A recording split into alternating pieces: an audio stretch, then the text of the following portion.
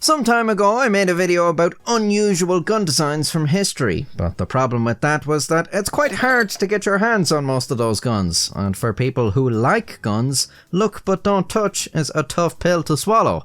That's why this video is about guns that people have made themselves, taking into account both the difficulty to build and the would you ever in your life have even the slightest inclination to use this factor. Firstly, guns are much simpler than most people probably realise. You have a tube, a projectile that fits snugly within it, and then you just cause an explosion behind the projectile that launches it out of the tube. If you have access to modern ammunition, that's most of the problem solved right there. The cartridge holds the bullet, the propellant, that is the powder that explodes and launches the bullet, and the primer. The primer is a shock-sensitive chemical that ignites when struck with sufficient force, thus exploding the propellant and shooting the bullet. In a regular gun, the firing pin is what strikes the primer, but you could achieve the same thing with a hammer and nail. No gun needed. Well, not needed in the same way you don't need a parachute to jump out of a plane, nothing's stopping you, but you would probably at least want a barrel.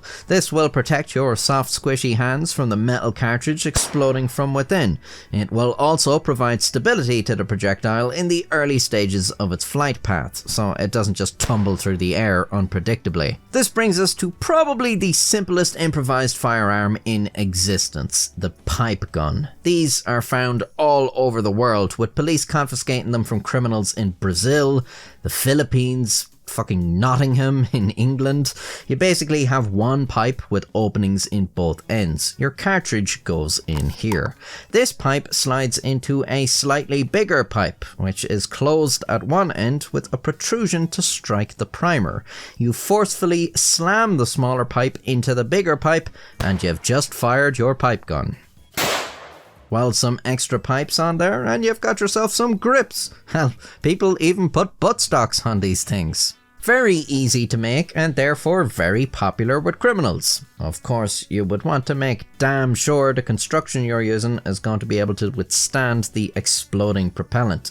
You do not want to be holding a metal pipe when it violently bursts. And yes, it is fairly common for people using these things to lose parts of their hands. When making these things, you really need to consider the properties of the materials, how much stress they can withstand, what effect heat or moisture has on them. The fact that someone opted to make a pipe gun is probably a good indicator that they have considered none of these things. Otherwise, they probably would have made something more sophisticated. Like this firearm seized by police in Iowa in the United States in 2022.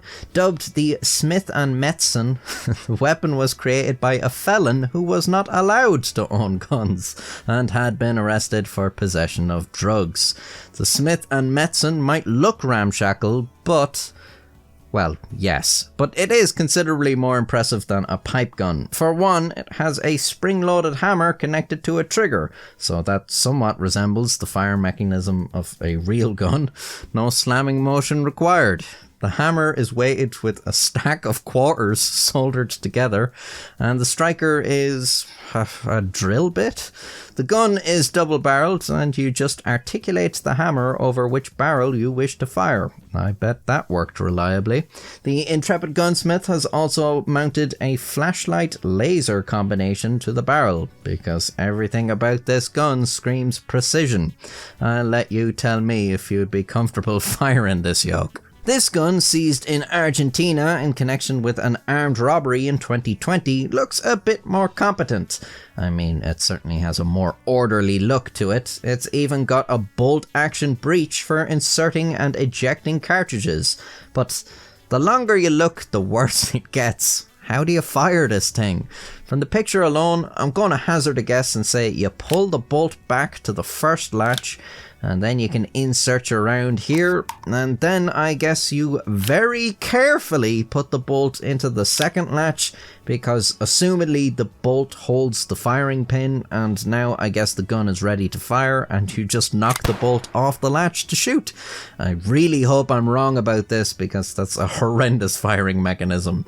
Wouldn't you really want to be left-handed to operate this thing as well? I don't know. I wouldn't want to hold it in either hand. Here's a similar one, also from Argentina, but with slightly more affordances to the user. The wooden furniture is a nice touch. It appears this one has the same kind of spring-loaded bolt action, but lo and behold, it has an actual trigger, i.e. a nail that holds the bolt and firing pin in place. So, just based off what we can see in these photographs, I would say this one is marginally safer than the last one, at least in terms of how easy it is to discharge the weapon accidentally. I'd say marginally because there's no trigger guards and the trigger is literally a nail, which are fairly notorious for getting snagged on things. This one, also from Argentina, does have a trigger guard, but I don't really see the point. Is the trigger not welded in place? This was reported as a homemade gun, but I don't see how you would load or fire this, so I think it might just be an imitation homemade gun. Consider the implications of this. In most parts of the world, if you pulled this rusted piece of shit on someone, they'd probably just laugh at you. But I guess in Argentina, the threat of homemade guns is so real, you'd have to take any vaguely gun-shaped lump of metal seriously. If this really is just for intimidation's sake and is completely non-functioning, then it's by far the safest gun we're going to see here. The previous two were probably the easiest to load and unload though. Most handmade guns will only give you one shot before you have to arse around trying to get the spent cartridge out manually. In contrast, most legitimate guns are self-loading, and when fired, they automatically eject the spent cartridge. This is the point where we're going from crafting to engineering, and it's generally only seen on guns made with machining tools. You also need a spring-loaded magazine to feed the next round into the weapon. Making a reliable magazine is very difficult, and many homemade automatic weapons, like these ones recovered from Northern Ireland, were designed to be used with magazines from existing weapons. They could make their own submachine guns, but they couldn't make the magazines. English gun rights activist Philip Louis could, though, publishing instructions to make a 9mm submachine gun in protest against Britain's strict gun laws in the 80s. He spent considerable time in prison for this. The infamous Louis submachine gun is technically buildable with tools you'd find in the average shed rather than factory machines, but with as sophisticated as the design is, this can cause some problems. The magazine feeding can be pretty unreliable, the gun is liable to quickly overheat if fired full auto, the barrel has no rifling, so its accuracy and range are poor. If it's not made precisely, it could be susceptible to catastrophic failure. I suppose none of these issues are any worse than the other guns we've seen so far. In fact, this is surely the best by far, and it has been seized by police in many countries across the world. But I think this design is too far into the "you really have to know what you're doing" category to be this prone to malfunction. In 2022, former Japanese Prime Minister Shinzo Abe was assassinated with a homemade gun. The crude design was a bit different to anything we've looked at so far. It featured two barrels mounted on a block of wood, but there was no firing pin like in the other weapons we've looked at. I mentioned cartridges often use shock-sensitive primers that ignite when struck, but for something like artillery pieces, the primer is ignited by an electric impulse. The gun that killed Shinzo Abe functioned similarly, two battery-powered triggers being connected to wires that led to the barrels, electrically igniting the rounds when fired.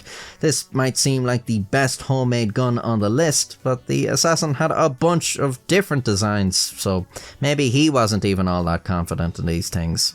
Now, in a more reasonable world, this would go without saying, but apparently no one can be trusted with anything, so here I am telling you, do not attempt to recreate any of these weapons. They are extremely dangerous, some as dangerous to the wielder as whatever they're aiming at. It is a documented fact that people permanently disfigure themselves with these things, which is funny to hear about, but not so funny when it happens to you. Also, in most parts of the world, manufacturing your own guns is highly illegal. I assume it's understood that although many of my videos cover illegal activities, this is not an endorsement or instruction for anybody to engage in these activities, and this video is no different. What I do highly encourage is watching my videos. Wow, look at them all on the screen. Well, that's not all of them. I've made literally hundreds. You can subscribe to see more of them in the future, and you can join the channel membership to support me monetarily. Until next time, stay safe. Don't make the guns. Would you ever in your life have the... fuck you. You have a tube, and... most legitimate guns are self-loathing. Self-loathing? What? I mentioned cartridges often use sharp... fuck you.